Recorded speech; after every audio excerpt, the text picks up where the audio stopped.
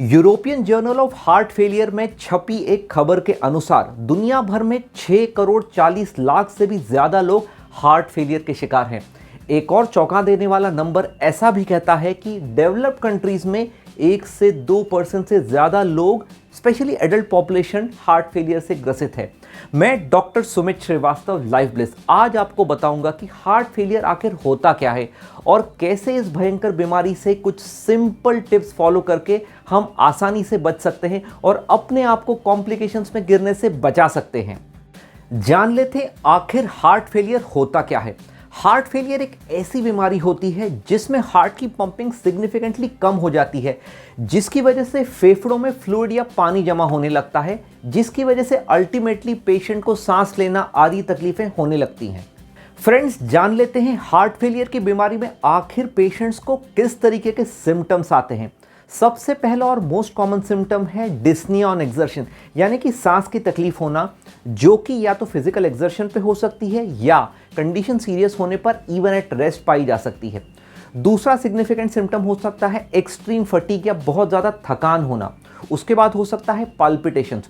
उसी के साथ पेशेंट्स को आ सकती है खांसी और कुछ पेशेंट्स को हो सकता है सांस लेने में सीटी जैसी आवाज़ होना, जिसे कहते हैं वीजिंग। हार्ट फेलियर के कई पेशेंट्स में पैरों में सूजन आना आम बात है। कुछ रेयर पेशेंट्स में छाती पर दबाव आना या छाती में दर्द आने की भी तकलीफ हो सकती है। उसी के साथ क्रॉनिक हार्ट फेलियर, यानी कि वो हार्ट फेलियर जो काफ़ी दिन तक चलता है, ऐसे पेशेंट्स में नौशिया और एनोरेक्सिया या कि भूख कम होना, ऐसी भी कंप्लेंट्स देखी जा सकती हैं। कुछ स्पेसिफिक सिम्टम्स होते हैं ये सभी सिम्टम्स की लिस्ट में, जिन्हें पेशेंट्स को किसी भी तौर पर नेग्लेक्ट नहीं करना चाहिए और ये सिम्टम्स अपीयर होने पर जल्द से जल्द अपने ट्रीटिंग डॉक्टर को कांटेक्ट कर लेना चाहिए। पहला सिम्टम है पैरोक्सिस्मल नॉक्टर्नल डिस्निया, ऐसी सांस की तकलीफ जो पेशेंट को नींद में तकलीफ दे। उसी के साथ साथ इतनी सांस की तकलीफ होना कि पेशेंट अपने रूटीन घर के काम करने वक्त भी एक्सर्शन फील करे। उसी के साथ साथ चेस्ट हैवीनेस, पाल्पिटेशंस और फेंटिंग।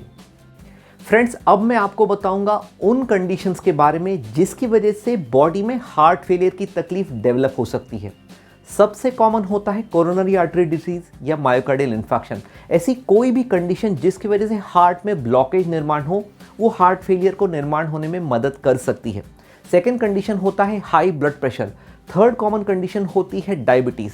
उसी के साथ साथ कुछ पेशेंट्स जिन्हें हार्ट के वॉल के डिसऑर्डर्स हों या वो पेशेंट्स जिन्हें हार्ट की मसल के डिसऑर्डर्स हों, ये भी हार्ट फेलियर के कॉमन कारणों में गिने जाते हैं। कुछ और कारण जिसकी वजह से पेशेंट्स हार्ट फेलियर के शिकार हो सकते हैं वो है मायोकार्डाइटिस, जिस केस में वायरल इन्फेक्शन की वजह से हार्ट की मसल पे इफेक्ट हो जाता है। उसी के साथ साथ कंजेनाइटल हार्ट डिसीज, कुछ ऐसे बर्थ डिफेक्ट्स जो कि पेशेंट को बाय बर्थ होते हैं, वो भी हार्ट फेलियर का कारण हो सकते हैं। और कुछ रेयर कंडीशंस जैसे कि अनीमिया, शरीर में खून की कमी होना या थायराइड डिसऑर्डर्स के साथ साथ अरिदमिया, जिस केस में पेशेंट के हार्ट रिदम में डिसऑर्डर्स हो सकते हैं, ये भी हार्ट फेलियर के रेयर कॉजेज में गिने जाते हैं। जान लेते हैं उन कॉमन कंडीशंस को जो कि हार्ट फेलियर के कॉम्प्लिकेशंस के तौर पर सामने आती हैं, या कि वो पेशेंट्स जो अपने हार्ट फेलियर को सही टाइम पे डायग्नोज नहीं करते या सही तरीके से ट्रीटमेंट नहीं लेते। ये पेशेंट्स 4 टाइप के कॉम्प्लिकेशंस में फंस सकते हैं: kidney damage, liver damage, heart wall disorders and heart अरिदमियाज। अब मैं बात करूंगा हार्ट फेलियर के डायग्नोसिस के बारे में, यानी कि हार्ट फेलियर किस तरीके से पता पड़ता है। सबसे पहला होता है एक detailed history of clinical examination, जो कि एक डॉक्टर करता है। दूसरा होता है एक्सरे, जिसमें यह दिखता है कि हार्ट फेलियर होने की वजह से छाती में पानी का जमा हुआ है या नहीं। तीसरा इंपॉर्टेंट टेस्ट होता है 2D एकोकार्डियोग्राफी, जो कि हार्ट की एक सोनोग्राफी होती है, जो कि ये पता करने में मदद करती है कि हार्ट की पंपिंग हार्ट फेलियर की वजह से कितनी मात्रा में कम हुई है। और एक आखिरी टेस्ट होता है ब्लड टेस्ट, जिसे कहते हैं NT-proBNP। 2 एडिशनल टेस्ट जो हार्ट फेलियर के कुछ स्पेसिफिक कंडीशंस में किए जा सकते हैं वो है कार्डियक MRI, जिसमें हार्ट के बहुत सारे डिटेल्ड इवैल्यूएशन करके हार्ट की एग्जैक्ट बीमारी का कारण पता किया जा सकता है। और उसी के साथ साथ कुछ सिलेक्टेड पेशेंट्स में करी जा सकती है कोरोनरी आर्टेरियल एंजियोग्राफी, जो ये पता करने में मदद करती है कि हार्ट की आर्टरीज में ब्लॉकेजेस है या नहीं।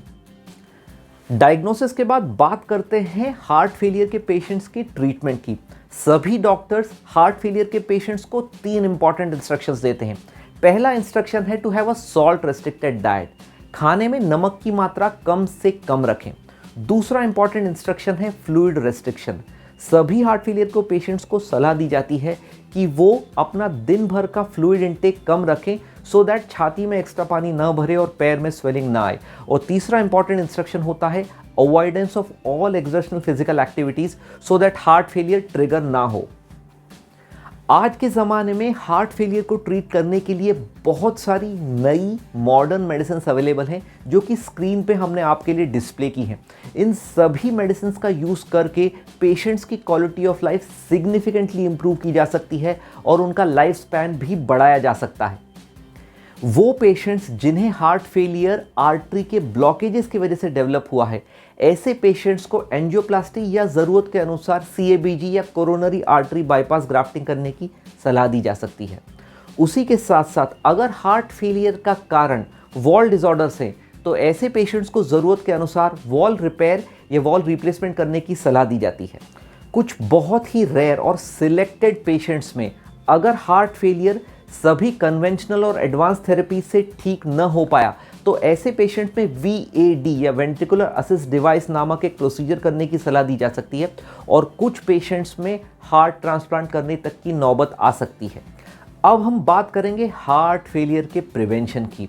कुछ स्पेसिफिक रेमेडीज़ को ध्यान में रखकर हम हार्ट फेलियर को प्रिवेंट कर सकते हैं। सबसे इंपॉर्टेंट इंस्ट्रक्शन है avoidance of smoking and alcohol. उसी के साथ साथ अगर आपको ब्लड प्रेशर या डायबिटीज़ की बीमारी है तो उन दोनों बीमारियों का प्रॉपर और रेगुलर तरीके से ट्रीटमेंट करें। अपने वेट को सही तरीके से कंट्रोल में रखें और उसी के साथ साथ अपने स्ट्रेस को भी कंट्रोल में रखें। फ्रेंड्स, ऑस्कर एरियास का कहना था, the most deadly disease is truly the failure of the heart. अगर हार्ट फेलियर को टाइम पे डायग्नोस और ट्रीट नहीं किया गया तो पेशेंट्स को अननेसेसरी बड़ी कीमत चुकाने की नौबत आ सकती है। फ्रेंड्स, इस वीडियो के थ्रू हम आप सभी को यही मैसेज देना चाहते हैं कि अगर हार्ट फेलियर के सिम्टम्स डेवलप हों तो उन्हें किसी भी कीमत पर नेग्लेक्ट न करें और आपके नियर बाय MD फिजिशियन या कार्डियोलॉजिस्ट को तुरंत कांटेक्ट करें। अपनी तबीयत का हमेशा ध्यान रखें और हमेशा स्वस्थ रहें।